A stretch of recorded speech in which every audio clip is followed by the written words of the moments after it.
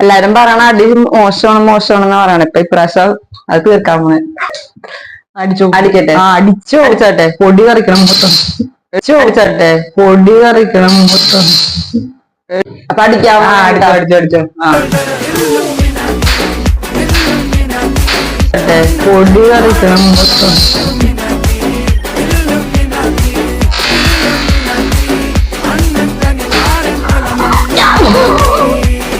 സന്തോഷമായില്ല എല്ലാവർക്കും പറ. കിട്ടി.